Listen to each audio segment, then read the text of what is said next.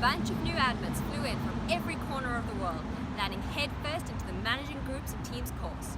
At first, we were just individuals, each of us bringing our own inputs of diverse strengths, 9 different industry backgrounds, a mix of interests and development needs.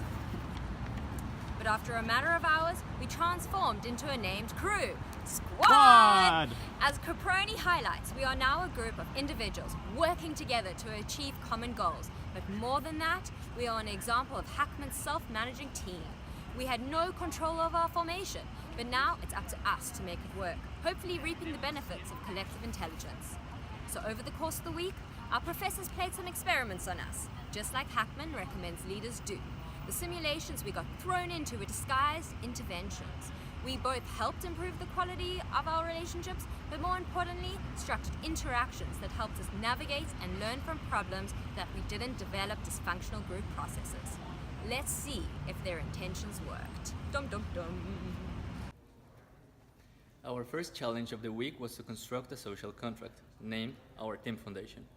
According to Caproni, effective teams create clear norms that ensure that team members' resources are well utilized, time is not wasted, and goals are achieved. Also, Hackman mentions that strategies are more effective when explicit team norms are established. Norms are successful when they are created upfront by consensus, have flexibility over time, and they are intense and lead to compliance. We carefully crafted our social contract, reflecting the majority of the team's sentiments, including our expectations of each other and how interactions would function. Also, we included a collection of norms focused on fostering 3 main characteristics that are present in an effective team: high-quality results, personal growth and well-being, and continuous learning as a performing unit. This social contract included administrative, social, and conflict resolution norms. At SquAAAAAAAD, we have seen various strengths come to light in this week's activities.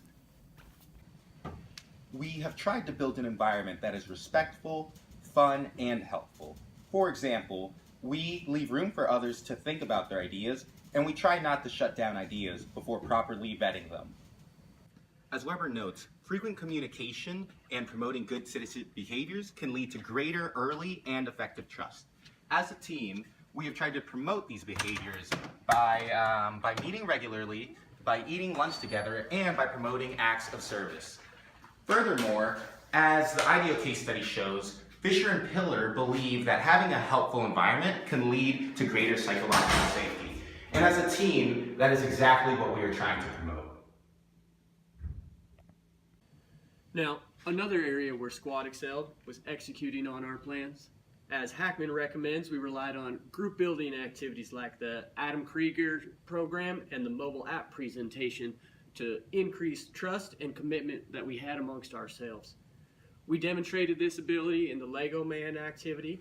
After dividing the work based on body parts, each member was able to successfully build their piece of the puzzle without error.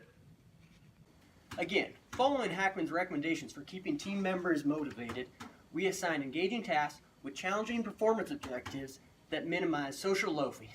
In the Tanagram activity, everyone's individual role kept them engaged, motivated, and contributing to the team's output, allowing us to complete the puzzle without error.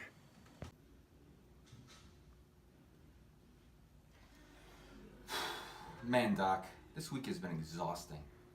I really like my team, but I just felt like we couldn't get any traction. Oh, that's no bueno. Tell me more. Well, in both the Hurricane and the Lego Man exercises, I didn't know who was in charge. No one seemed to have the final say to overcome impasses and keep the group moving forward. It took so much time to accomplish seemingly simple tasks and for everyone to figure out their roles. Well, SquAAAAAAAD, my diagnosis is that you are suffering from what is called process loss. Process loss? What's that? Is it contagious?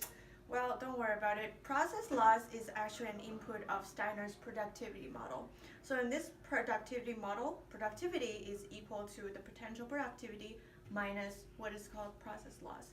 So if you think about division of labor, it happens really naturally in a group setting, right? 80% of the time. Whereas coordination among different divisions of labor happens only 20% of the time. But a lack of coordination can result in inadequate interdependence among team members, which is kind of your case. and that decreases the level of trust and collaboration, which are the keys to creating a high-performance team. But what's the cure? Well, good question. The solution is to incorporate planning as a part of your team norm and culture. So according to Hackman article, the team needs to take an extra step to take care of developing a strategy planning phase. So for example, you guys can potentially incorporate a project leader in your team as a part of the process. That makes sense. By following Hackman's model and assigning a leader from the get-go, we would overcome a lot of the issues we experienced. You know, we did start to make some strides and improvements throughout the week. During the tanagram exercise, while labor was waiting on those management people, we tried to follow our team's social contract and began to organize ourselves even before our assignment. With minimal information, we preemptively assigned a facilitator and broke into teams to optimize our production output. That's really great. I'm really proud of you guys. Thanks, Doc. Now, back to that issue about my mother. Conscience Room 5, Jim. Assumptions. We love them and they make things very simple and very easy. And I love doing assumptions. For example, do you remember the hurricane survival exercise we did a few days ago? As you know, I'm the resident hurricane survival expert, and I led us all to safety after we followed my assumptions blindly. Actually, Michael, not sure that's how it went. What really happened is you assumed you had all the expertise when actually a few of us have had experience in these situations. But we all censored ourselves and didn't question your decisions. It's called groupthink. Did you read Caproni? Who? So, macaroni? Like macaroni and cheese? No, Michael, Caproni. What? What are you talking about? Okay, forget Caproni. Think about Kitayama and Bernstein's idea of majority influence, when people don't say their own opinion after hearing what other people in the group have had to say. And informational influence, or when the group desires to be correct, people will sometimes hide their own thoughts and opinions. Well, what are you talking about? Explain it to me like I'm 5. Okay, so next time we go around the table and say our own opinions before getting into a group discussion. And you don't have to have the correct answer for something in order to contribute. If you're not an expert, you can still question the assumptions and logic of the experts. Are you guys talking about Lego Man? Do we get out? I mean, what about that? We completed Lego Man in like 9 minutes, and I mean, we did that properly. There were no assumptions there. Well, actually, Michael, we made some different assumptions there. Like when Pam was talking about anatomical left and right, and you kept saying my left and my right. What are you talking about, Jim? There's only one left and one right. Well, it's a miracle we finished at all. With the amount of confusion and miscommunication we had, I thought we'd never finish. But we did finish, Jim, and that's the point. Slow and steady always wins the race. Well, we could have finished a lot faster if we had agreed on our terms at the beginning. If we had used the dialectic decision method outlined by Kosher and Swank, we could have identified assumptions around our terminology, proposed alternatives, discussed their individual merit, and come to a consensus on a single set of terms. My God, Jim, you're almost as boring as Toby. Looking ahead, our team has made 2 specific commitments to improve how we solve problems and collaborate.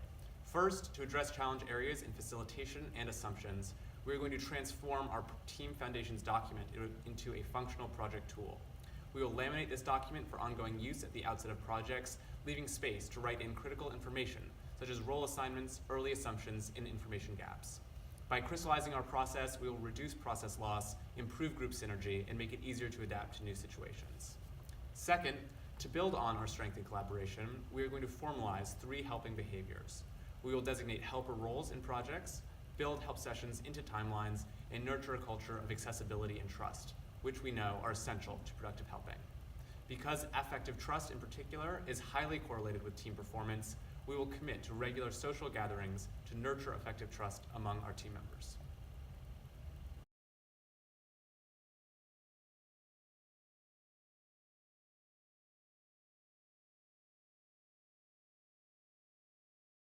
Squad. Squad. Squad. Squad. Squad. Squad. Squad. Oh, let's do it!